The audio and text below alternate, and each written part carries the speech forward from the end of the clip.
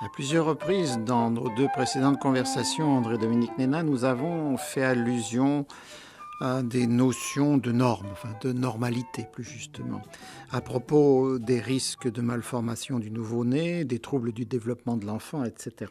Et aujourd'hui, je ne vous propose pas de reprendre ces questions, mais j'imagine que nous allons les rencontrer d'un autre point de vue, puisque cette troisième clé ouvre sur la forme du corps, disons plus techniquement sur l'anatomie humaine. De tout temps, l'anatomie a fasciné les hommes, et avant d'en arriver à une approche que l'on peut qualifier de scientifique, eh bien, les différentes époques, les différentes cultures, civilisations ont produit toutes sortes d'études, de descriptions, plus ou moins justes, de spéculations quelquefois, et il faudra sans doute dire les raisons de l'importance de l'anatomie pour la médecine, y compris la médecine aujourd'hui. Mais d'abord, une petite mise au point, s'il vous plaît. En fait, est-ce que ce ne sont pas les artistes qui ont fait les premiers pas dans ce domaine? Il est vrai que la morphologie extérieure du corps est connue depuis la plus haute antiquité et que chacun se reconnaît et reconnaît les siens. Mais le terme d'anatomie veut dire couper en plusieurs morceaux et apprendre à connaître l'intérieur du corps. Et donc l'anatomie est vraiment une des sciences mères de la médecine, sous deux points de vue. Le premier, c'est connaître le fonctionnement et dénombrer les viscères. Le deuxième, c'est un acte purement pratique qui est celui de l'accoucheur et du pédiatre. Dès qu'un nouveau-né apparaît, on s'assure qu'il a 4 membres, que ses doigts sont bien faits, qu'il respire normalement, que ses voies respiratoires ne sont pas encombrées, que son crâne a un volume qui est acceptable. Et on regarde ça immédiatement avec beaucoup de minutie. Donc, les formes extérieures du corps sont connues depuis toujours et depuis longtemps. L'artiste a décrit le corps de l'homme sous tous ses aspects, a fait une anatomie du dehors. On connaît les écorchés des artistes de la Renaissance, mais le respect qui était dû au corps pendant toute une période a inhibé les recherches anatomiques pendant très longtemps. Les recherches de l'anatomie Les interne. recherches de l'anatomie interne. On respectait le corps tel qu'il était, on le portait en terre, ou on le brûlait, ou on en faisait quelque chose d'autre, mais il était respecté dans son ensemble, et porter la main à l'intérieur du corps était considéré comme un acte qui parfois était un acte tout à fait impie et répréhensible. On voit arriver l'anatomie néanmoins chez les Égyptiens à partir de très tôt dans l'anatomie, dans la Haute-Égypte. On s'aperçoit qu'à partir des 2000-2500 ans avant notre ère, les Égyptiens ont commencé à faire des dissections, à supprimer les viscères des pharaons, à enlever leur cerveau afin d'éviter que la putréfaction ne se fasse trop vite et à réaliser des momies. Un peu dans tous les continents, on a des traces de ces techniques d'embaumement ou de préservation des corps. Mais l'artiste voyait l'anatomie du dehors. Et il s'intéressait aux formes qui sont le fait que nous avons tous une taille d'environ 1,60 m à 1,80 m, avec quelques variations, que cette taille est égale à l'envergure de nos bras étendus, et que l'homme pèse entre 60 et 80 kilos selon sa morphologie, sa taille.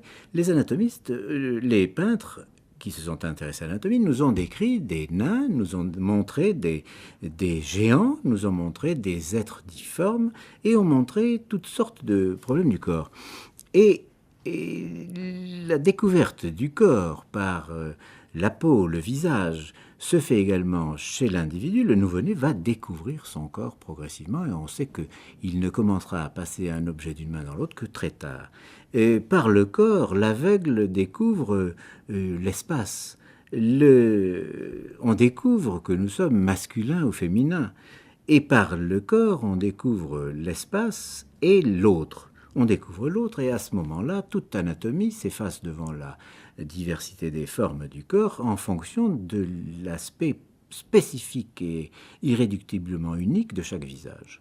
Et là, on ne peut pas ne pas citer Lévinas qui a admirablement décrit cette identité fondée sur le visage, fondée sur le regard, fondée sur le fait que dans une foule, il n'y a pas deux visages identiques et que les sosies que nous avons peut-être les uns et les autres de par le monde ne se comptent qu'au-delà d'un nombre qui excède le million d'individus.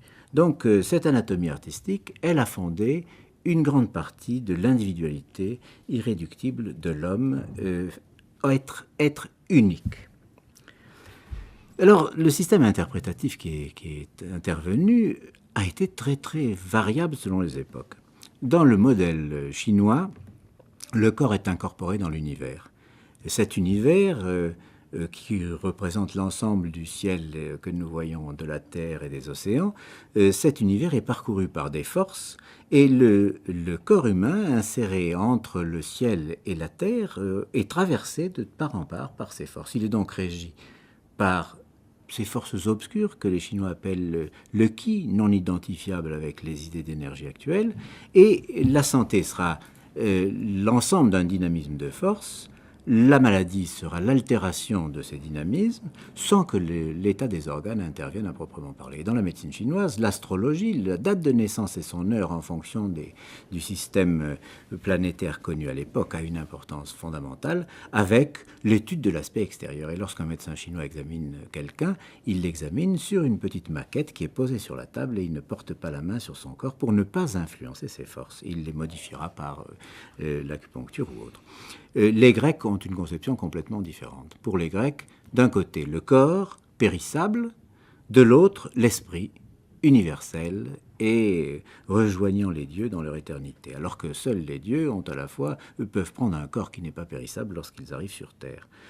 Toutes ces conceptions sont un petit peu éloignées des conceptions actuelles. Dans les conceptions hébraïques, le corps est le support de l'identité. Il est habité par le souffle, et le cœur représente en quelque sorte la vérité et l'accord de l'individu avec lui-même. Et puis plus récemment, on a évoqué, à propos du corps, le corps physique que nous voyons ou que nous sentons, qui est animé par un corps énergétique, qui lui peut être malléable et peut donner lieu à diverses maladies, et le tout support d'un corps spirituel qui lui peut être perçu à distance. Toutes ces notions sont actuellement très difficiles à établir avec les critères scientifiques, mais les gens qui utilisent ces systèmes interprétatifs sont tout à fait convaincus de leur vigueur et donnent parfois des exemples qui donnent à penser, et bien qu'ils soient très très éloignés de la méthodologie scientifique ou médicale actuelle. Alors, ces corps divers se résument un petit peu dans ce que Valérie évoquait, le corps que nous habitons, celui que nous sentons, celui que nous voyons ou que nous voient les autres, et puis cette espèce de corps intérieur que les physiciens et les physiologistes explorent et qui pourrait être une sorte de corps qui va de plus en plus vers une mathématisation et une abstraction à partir de laquelle on pourra le reconstruire. Alors, sans quitter les systèmes interprétatifs, est-ce que on pourrait approcher la lecture que l'Occident fait de notre corps, l'approche anatomique de l'Occident, on pourrait dire, entre guillemets, l'approche scientifique au sens de la science occidentale? Alors, l'approche scientifique au sens de la science occidentale s'est fait malgré tout assez loin dans l'Occident, puisque la réparation des fractures, qui nécessitait une certaine connaissance au moins extérieure de l'anatomie, s'est faite un peu sous toutes les latitudes et à toutes les époques. Mais on peut situer autour de l'Égypte le début de connaissance et de numérotation, par exemple, des os du squelette ou des viscères présents dans le corps. Ceci ira cas un cas. Les Romains, contrairement à ce qui est habituellement dit, avaient une connaissance du corps qui nous a légué le nom de la plupart de nos os.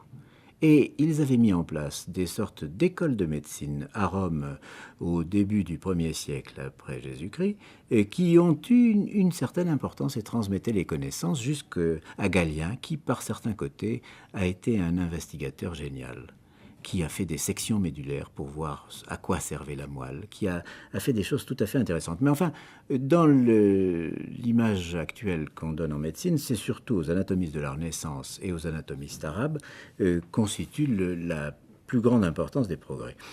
André Vézal était un Flamand, et il vivait autour des années 1500 à 1550, et il a fait un travail admirable de dénombrement de la musculature, de l'ostéologie et d'approche des viscères maintenant que les autopsies pouvaient être permises. Fabricius, Morgagni ont fait des travaux admirables dans les petites villes d'Italie où ils étaient. Et un anatomiste remarquable a été Guy de Chauliac qui, après avoir lu probablement le traité qu'Abulcasis avait établi à Cordoue au temps de la médecine arabe, au 9e, 10e siècle, au 11e siècle. Après Abulcasis, Chauliac, à Montpellier, a écrit une sorte de traité des fractures. Alors, l'anatomie, faite moitié par les chirurgiens, moitié par les investigateurs et les gens qui faisaient des autopsies, aboutit à plusieurs choses. D'une part, elle met en place le squelette. Le squelette comporte 200 ciseaux.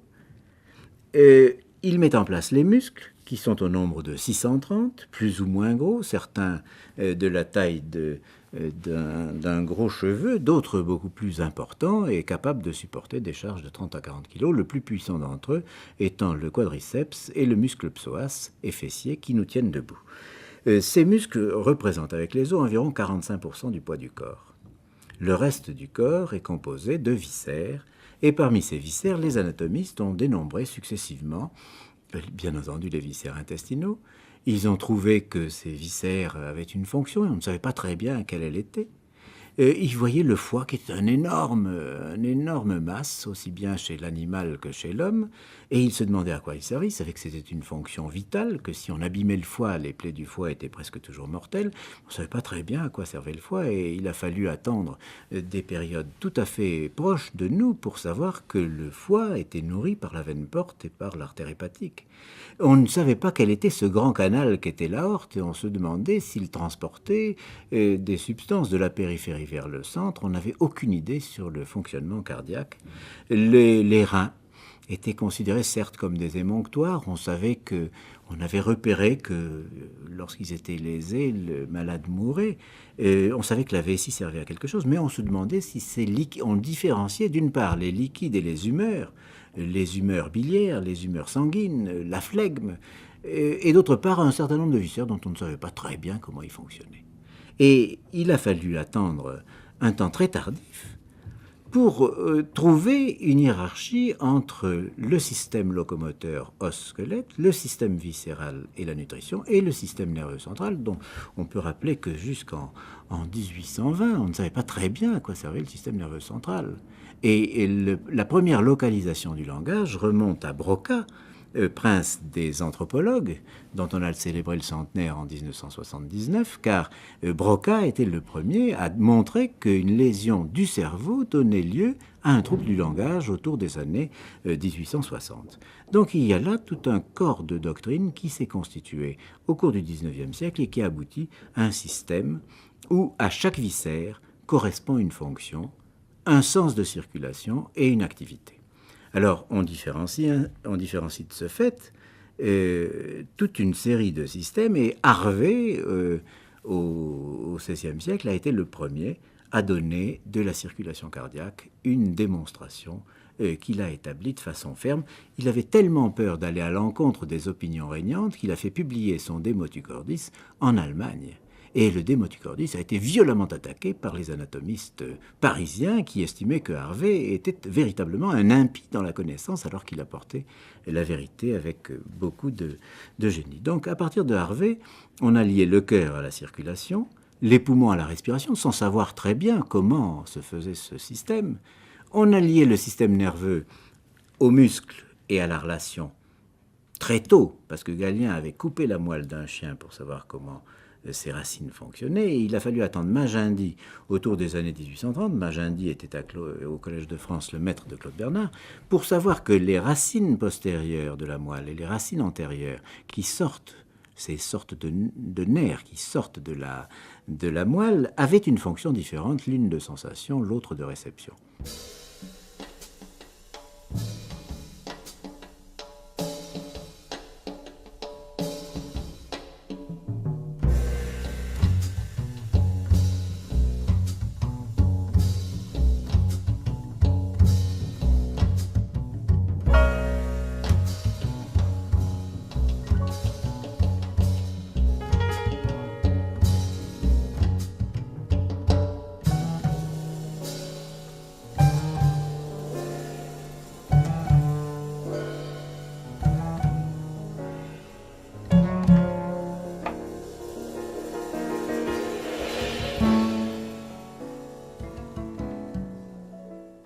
C'est Flourens qui, autour des années 1820 également, décrit le rôle fondamental de la partie supérieure du bulbe, qui est le siège des processus régulateurs de la respiration et du rythme cardiaque.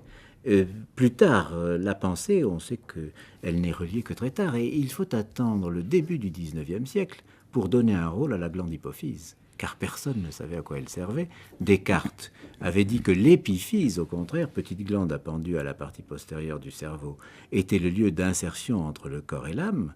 Il a fallu attendre des années pour s'apercevoir que l'hypophyse, gouverneur des sécrétions endocrines, appendue à la base du cerveau, avait un rôle précis, et c'est les travaux de Pierre-Marie en France et de Cushing qui l'ont démontré de façon tout à fait éclatante. Il y a donc eu là construction d'un système cohérent, universellement reconnu, qui met en rapport la forme des organes et la fonction qu'ils effectuent dans le corps, et qui est établi de façon non controversée et non critiquée actuellement.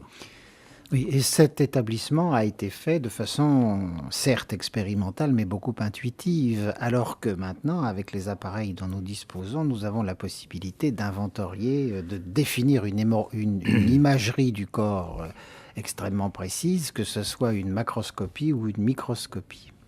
Eh bien, l'imagerie moderne du corps est tout à fait extraordinaire. Depuis que Röntgen, en 1894, a vu que les rayons X traversaient la paume de la main de Madame Röntgen et montraient son anneau de mariage, depuis ce temps, on est allé sans cesse du dehors vers le dedans, et de ce qui apparaissait macroscopiquement vers ce qui est microscopique.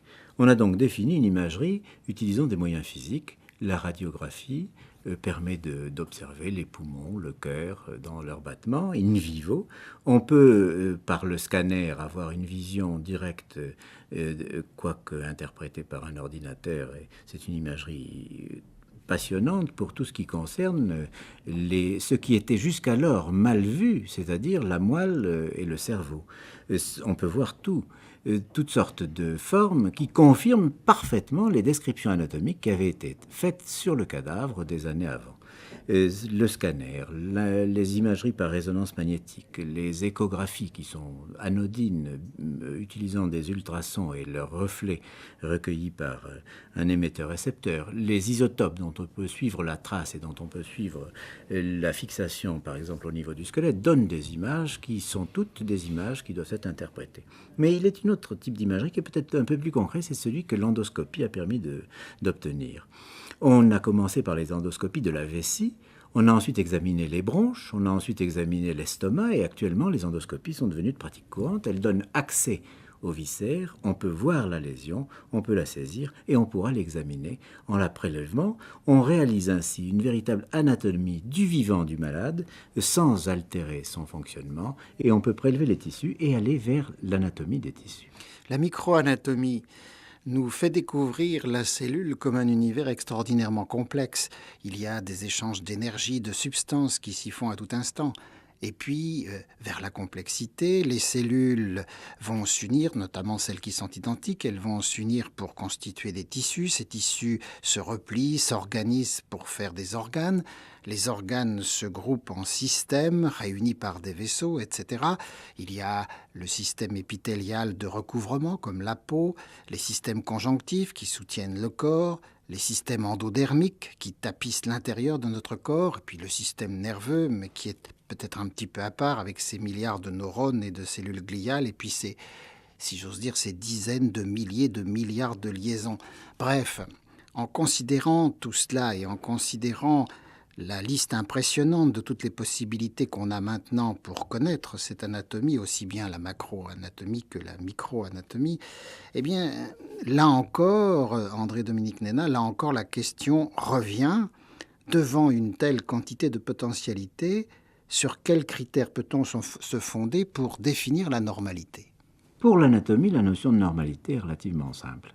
On connaît des anomalies qui sont répertoriées et qui sont des anomalies monstrueuses entraînant la mort. Il en est ainsi de certaines malformations cardiaques qui, dès la naissance, au-dessus de toute ressource, entraînent la mort de l'enfant dès qu'il apparaît.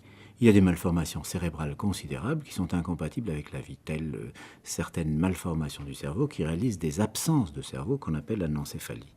Il y a des monstruosités qui peuvent être liées à la forme extérieure, comme les siamois. On a même noté des jumeaux qui étaient assortis par leur boîte crânienne qui était collée l'une à l'autre. Et on a pu, autour des années 54, lorsque ce cas s'est présenté, séparer ces deux jumeaux et les obtenir vivants l'un et l'autre après avoir vérifié que leurs deux circulations cérébrales étaient séparées et qu'elles comportaient des lieux de rencontre, mais qu'elles étaient séparables sans qu'instantanément le cerveau soit privé.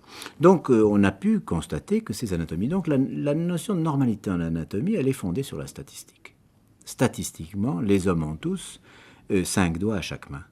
Et cette évidence est certaine. Nous n'avons que 2 yeux le plus souvent, et les cyclopes n'ont existé que dans l'imagination d'Homère. Parfois, certainement un jour, une malformation en montrera un, mais c'est vraiment tout à fait rarissime. Et en fait, l'idée de normalité ne peut être conçue que comme une diade entre le normal et l'anormal. Tant qu'on est dans l'anatomie, on est sur un terrain solide où la normalité se définit de façon statistique. Et la normalité des hommes, eh bien, elle tient à l'intérieur de limites qui vont être assez vastes. Les limites de taille, par exemple, sont très marquées. Entre le plus grand des hommes connus jusqu'à maintenant et individualisé, qui est mort en juin 40 et qui s'appelait Robert Wadlow, et le plus petit. On passe pour Robert Wadlow à 2,72 m à 21 ans, et le plus petit fut Pauline Musters, qui mesurait 59 cm. Les petits nains atéliotiques qu'on appelle les Lilliputiens et qu'on montrait autrefois dans les cirques, qui constituaient des petites troupes parfaitement intelligents, admirablement faits, mais qui étaient en quelque sorte des hommes en réduction, ceux-là mesuraient environ entre 0,70 m et 1 m. Les pygmées en forêt équatoriale, dont on pense qu'ils sont privés de certains glucides et certains acides aminés, mesurent autour de 1,35 m. Et les différences de poids sont aussi importantes, puisque le plus gros homme connu est mort, était vivant en 81 et avait pesé 635 kilos, alors que les plus petits n'atteignent que des poids minimes. Et donc, si vous voulez, c'est là qu'on peut définir que la normalité se situe, évolue, certes, le conscrit français grandit, mais elle n'évolue pas d'une façon considérable. On peut donc dire que cette normalité, elle est établie en anatomie d'une façon très ferme. Et on peut souligner à propos de cette normalité combien l'universalité de la connaissance et la mondialisation acceptée par le milieu scientifique est actuellement un fait établi. Personne ne conteste que l'humérus soit un os et qu'il comporte des insertions musculaires d'un certain type. Personne ne conteste que la morphologie du cerveau soit grossièrement la même, mais on sait que chaque cerveau est différent du cerveau de son voisin. Il y a là à la fois une identité statistique et une singularité anatomique tout à fait précise. Quant à l'utilité pratique de l'anatomie, elle est considérable. C'est sur l'anatomie qu'a été fondée toute la chirurgie. La connaissance de l'anatomie a guidé les Chinois, les Romains. Abulcasis, ce médecin dont nous parlions tout à l'heure et qui a été un admirable médecin et chirurgien arabe qui a laissé un traité extraordinairement détaillé, Abulcasis a transmis à Guy de Chauliac ses connaissances. Mais Abulcasis savait déjà ce qu'Ambroise Paré n'allait apprendre qu'en allant en Italie. Il savait qu'on pouvait lier les artères qui saignaient, et il savait dans quel sens il fallait les lier. Alors qu'il a fallu que Ambroise Paré, jeune apprenti barbier à l'Hôtel-Dieu de Paris, aille en Italie au cours des campagnes de François Ier pour apprendre qu'on pouvait lier les artères au lieu de les cautériser au fer rouge. Il y a donc là toute une série de connaissances qui aboutissent aux triomphes chirurgicaux actuels qui sont évidents. Et au point de vue de la médecine, en général, l'anatomie a été un élément très stable qui permet d'assigner une douleur, un viscère et une fonction, et donc de définir ce qu'est une maladie à partir de la plainte du patient. Alors, il y a des types anatomiques de pathologies qui sont variés. Certains sont liés au traumatisme, d'autres sont liés à l'inflammation, d'autres sont liés à l'obstruction vasculaire, d'autres sont tumorales, et certains sont dégénératifs. Mais ces divers types de douleurs anatomiques vont nous guider dans l'étude des maladies et dans la façon qu'on a à se défendre. Au fond, dans l'anatomie, il faudra sans cesse l'accompagner de la connaissance du rôle des organes. Cet homme prêt à vivre est admirable, il est fait au moule, mais il est parfaitement singulier. Il est prêt à la croissance, il est habité par l'émotion, le désir, il est capable d'apprentissage et de connaissance, mais il a des usures et des limites, et actuellement le plus vieux d'entre nous sur Terre n'a que 119 ans et vit au Japon. L'anatomie a donc des limites, comme la durée de la vie. Nous verrons prochainement que le médecin connaît des vivants et des cadavres, mais à dire vrai, même dans la plus fine anatomie, nous ne pouvons pas encore savoir ce que représente la vie.